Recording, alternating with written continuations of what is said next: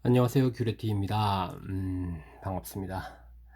오늘은 사단원 중에서 작은 사단원 준법의식과 시민참여 그리고 시민의 불복종 요것을 배워보도록 하겠습니다. 준법의식 같은 경우에는 좀 쉬운 편이고요. 이번 시간의 주요 내용은 여기 보이는 시민참여와 시민불복종 이렇게 되겠네요. 그래서 이번 시간에 기본적으로 알아둬야 될 것은 이 준법의식에 대한 의무, 그 다음에 시민 참여와 시민의 불복종, 요거는 행동으로 생각을 하시고요. 이거는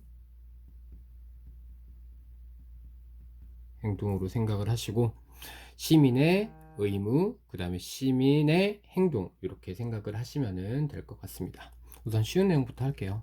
준법의식의 필요성. 그래서 시민 자체가 준법의식이 왜 필요하느냐, 그것을 생각을 하는 건데, 여기에 선생님이 잠깐 여기 써놨죠. 모든 시민의 권리 보장을 위한 약속. 요거는 뭘까요? 네, 여기 보이는 법입니다. 법. 이 법 자체가 시민이 권리 보장을 위한 약속이기 때문에 이 법을 지키기 위한 의식, 그것을 준법의식이라고 생각을 하시면 되겠죠. 그래서 준법의식은 법을 지키고자 하는 시민들의 자세, 이렇게 생각을 하시면 되겠습니다. 당연히 앞서 배운 인권 보장, 그리고 법과 제도의 실효성 제고 이렇게 써 있는데, 실효성은 효율성 제고 이렇게 생각을 하셔도 될 것 같습니다. 그래서 개인적 측면에서 보면은 개인의 자유나 또는 권리, 요것을 보호하는 거고요. 그리고 사회적 측면에서 보면 개인이나 집단 간의 갈등 방지, 그 다음에 사회 질서 유지, 사실상 이게 가장 크고요. 그 다음에 국가라는 공동체 유지, 그리고 사회 정의와 공동선, 여기서 보이는 요 선은 뭐 착할 선자입니다. 그래서 공동으로 추구하는 착한 행동, 요것을 생각을 하시면 되겠네요. 결국에는 올바른 사회 기능을 순환하기 위해서 준법의식이 필요하다. 요것은 의무입니다. 의무. 당연히 모든 시민이 당연히 지켜야 할 약속, 이렇게 생각을 하시면 되겠네요. 자, 그 다음에 이제 시민들이 여기 법 같은 경우에는 요거는 의무라고 말씀드렸잖아요. 그런데 이 법이 생각보다 시대에 맞지 않게 또는 시대에 너무 앞서가거나 그런 경우가 주로 발생합니다. 그러면은 이 약속을 좀 수정해야 될 필요성을 분명 느끼겠죠? 그러면은 이 법, 인권 보장을 위해서 이런 법률이나 주법의식 이런 것들을 어떤 식으로 행동해서 고치느냐, 그것이 여기 보이는 시민 참여라고 생각을 하시면 되겠습니다. 그래서 여기 첫 번째 보이는 것이 여기 보이는 시민 참여라는 내용이고요. 여기 두 번째 여기 불복종 이렇게 나와 있는데, 여기 보이는 시민 불복종 이렇게 나와 있죠. 요거는 조금 이따가 다시 배워보도록 하겠고요. 시민 참여에 대해서 먼저 말씀을 드리도록 하겠습니다. 정부의 정책 결정 또는 집행에 일반 시민이 직접 참여를 해서 영향을 미치는 행위. 그래서 이 직접 참여를 하는 행위 자체는 여기 보이는 정책 결정 때문에 그러는 거거든요.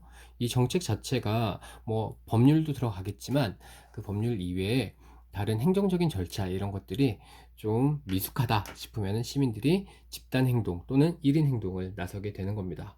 그래서 여기에 필요성이, 법은 권리 위에 잠자는 자를 보호하지 않는다.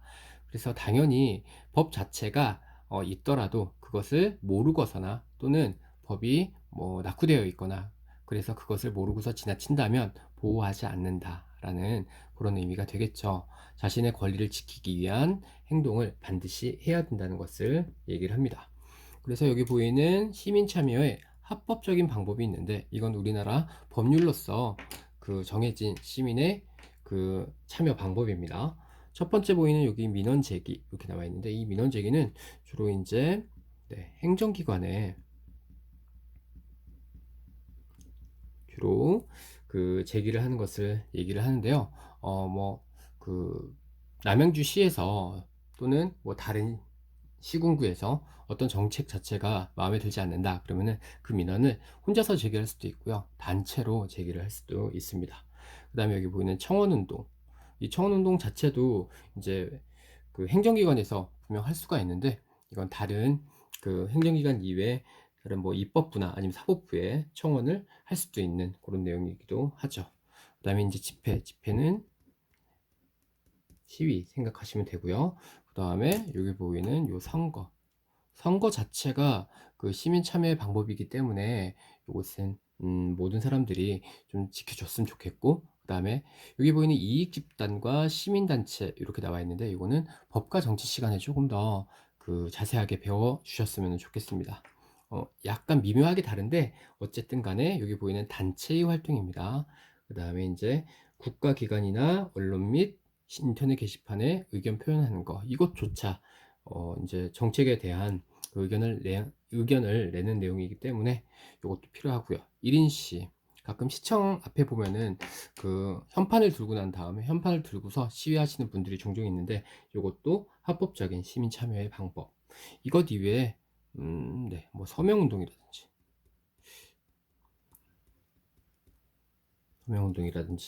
또는 뭐 공청회라고 있어요. 공청회는 요거는 이제 공공기관이 공공의 의견을 듣기 위한, 청자가 들을 청자거든요.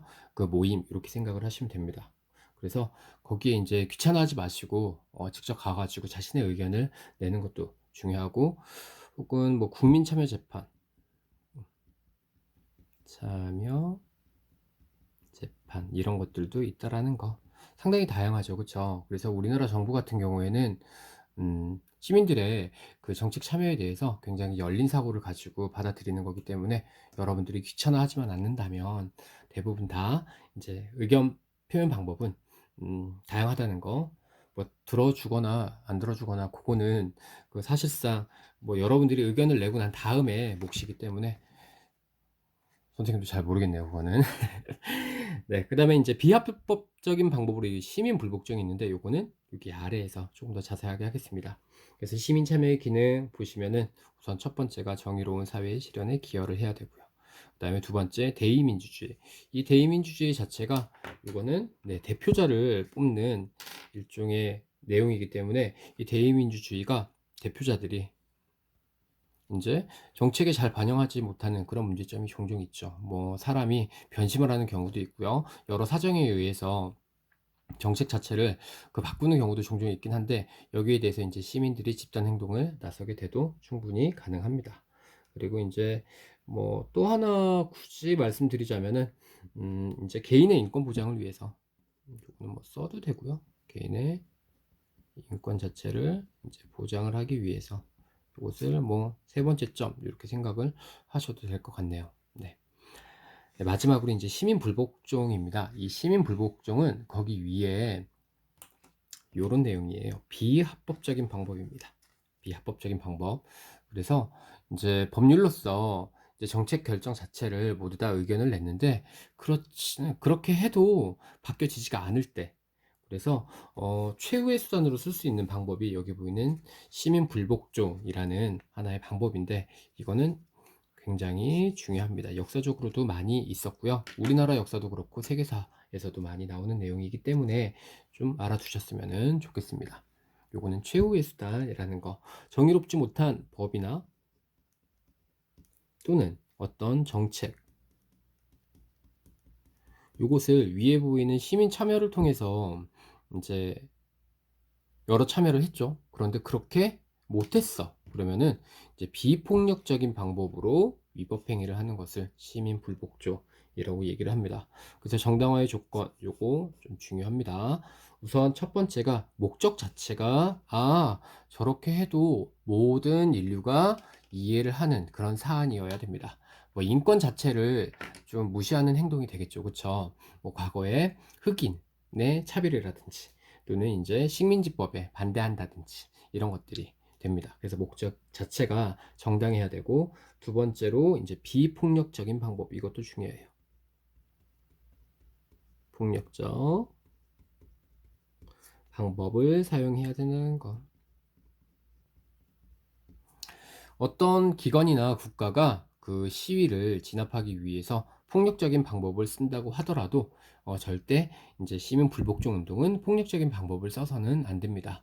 그때서부터 이제 그 정당성 자체가 없어지는 거기 때문에 많은 사람들이 지지를 얻지를 못하는 거죠. 그리고 다른 구제 수단을 위해 모든 것을 써본 후에, 그래서 여기 위에 보이는 시민 참여 보이죠? 이런 것들을 모두 써본 후에 네, 최후의 수단으로 쓰셔야 됩니다. 최후 수단으로 사용을 하셔야 되고요. 그리고 마지막으로 요거 위법행위에 대해서 그 법 자체가 아까 말씀드렸다시피 시민의 권리 보장을 위한 약속이기 때문에 이것도 어떻게 보면은 그 약속을 어기는 행위입니다. 그래서 그 약속을 어기는 행위에 대한 처벌을 감수를 해야 되는가? 그래서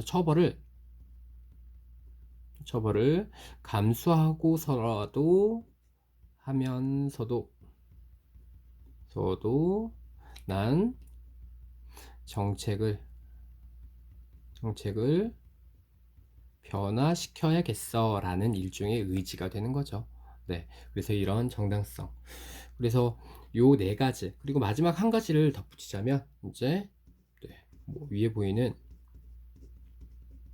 목적의 정당성과 약간 비슷한 내용이긴 한데, 공익성이라고 해가지고 사회 여기 회입니다. 사회 정의의 실현 자체가 있어야 된다. 그래서 총 여기 보이는 네, 5가지 꼭 잊지 마시고요. 뭐 예를 들면은 과거에 뭐 예를 뭐 한 가지만 들게요. 2가지만 들게요. 첫 번째가 뭐 책에 나와 있지 않은, 우선은 마틴 루터 킹의 이제 인종 차별에 맞선, 네, 이제 그 몽고메리의 버스 승차. 그래서 몽고메리에서 버스를 이제 타지 말자, 흑인들은 버스 타지 말자, 이렇게 해가지고 비폭력 운동이 있었고요. 뭐 우리나라 같은 경우에는 네, 대표적인 3.1 운동, 요게 대표적인 거죠.